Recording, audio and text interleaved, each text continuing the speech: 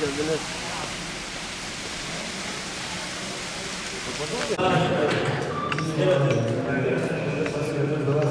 Talep edecek. Yani durmadan usanmadan arkadaş bu iş ya ben 3 defa gittim vilayete olmadı. 33 defa gideceksin. Bu iş böyle arkadaş.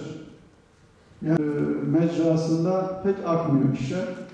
Yani onun için sizin kırsal yardımcı olacağız. Biz de destek vereceğiz. Biz de katkı sunacağız. Oldu. Bildiğimiz üzere şehrin giriş ve çıkışlarını tamamen kapatmak durumunda kaldık. Bir dönem. Sayın Başkanıma camilerde yaptığı yardımlardan dolayı bütün belediye çalışanlara teşekkür ediyorum. Bizim köy içi biliyorsunuz birkaç defa da ekipleri gönderdiğiniz için başkanım teşekkür ediyoruz ama herhangi bir malzeme gelip dökülmedi. Köyden çıkan 2 tane yolumuz var. Güney tarafında yağmur yağdığı zaman bayağı da çamur oluyor. Vatandaşlar geri gitmekte çok sıkıntı çekiyor.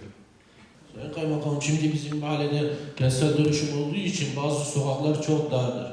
Bunlara levha istiyoruz. Birçok kez dile getirdik ama bunun üstünde durulmadı. Ve bizim 50 metrelik ve 20 metrelik yol gerçekten çamurdan geçirmiyor. Mahallelik ondan çok rahatsız. Toplam 70 metre.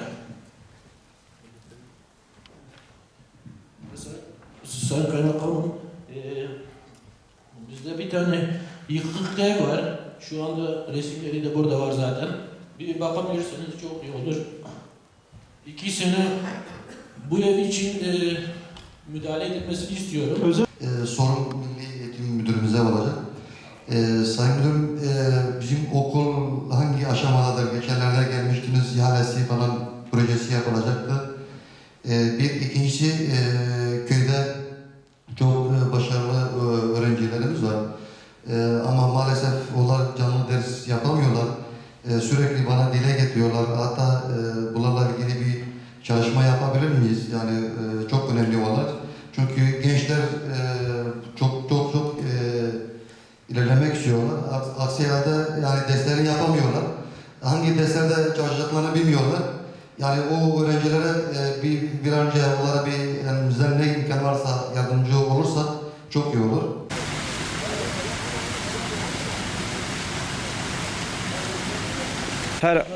Allah razı olsun, her ay bizim kaymakam bir toplantı yapıyor. Çok memnunuz. Herkes eksiklerini bir de mahallenin eksiklerini herkes söylüyor. Burada çok memnunuz. Her ay böyle birbirimizi görüyoruz. Herkes kendi mahalle bir de köyün eksiklerini söylüyorlar. Burada hallediliyor inşallah. Allah razı olsun. Hem protokolden hem kaymakamımızdan hem bütün muhtar arkadaşlarımızla beraber sohbet ediyoruz. Eksiklerimizi tamamlıyoruz. Sağ ol, Allah razı olsun. Muhtarlar toplantısı çok verimli geçiyor.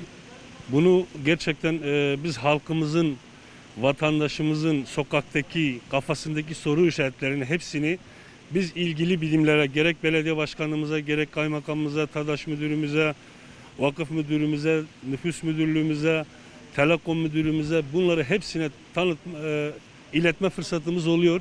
Vatandaşımız bu konuda rahat olsun. Gerekli çalışmalar yapılıyor. Bu konuda bu toplantılar çok verimli geçiyor. Yani vatandaşımız bu konuda rahat olsun, kafasındaki soru işaretlerini biz ilgili mercilere anlatıyoruz. Bunların devam etmesini istiyoruz. Biz projelerimizi daha güzel Midyat'ın geneli için, gençlerimiz için, maddi durumu düşük olan insanlarımız için, yollarımız için, elektriğimiz için bütün sorunları, sıkıntıları vatandaşımız rahat olsun. Biz rahatlıkla burada bütün kurum amirlerimize, belediye başkanımıza, kaymakamımıza, Büyükşehir Belediyesi'ne, Marsu'ya bildiriyoruz.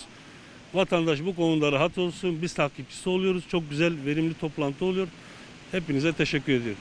Her ay düzenlenmiş olduğu toplantılarımız kaymakamdan tut bütün kurum amirlerimize kadar yani halkımıza hizmet konusunda tam yetkili kişiler her ay vatandaşlarımızın sıkıntılarını, sorunlarını bu toplantıda dile getiriyoruz. Çok faydası olduğunu düşünüyoruz. İnşallah 2021 yılında inşallah daha güzel hizmetler bekliyoruz. Teşekkür ediyoruz. Bu toplantılar hem muhtarlık için hem kurum daireleri için çok iyi oluyor. Kaymakamımıza teşekkür ederiz bu düzenli programları yaptığı için. Mesela bu toplantıda kaymakam bey, bütün daire amirleri, daire başkanları hepsi burada geliyor. Bütün dertlerimizi birebir görüşebiliyoruz, anlatabiliyoruz. Daha detaylı anlatabiliyoruz. Çok iyi oluyor. Teşekkür ederiz. Kurum amirlerimize, kaymakamımıza, belediye başkanımıza hepsine çok teşekkür ediyoruz. Sağ olun, var olun.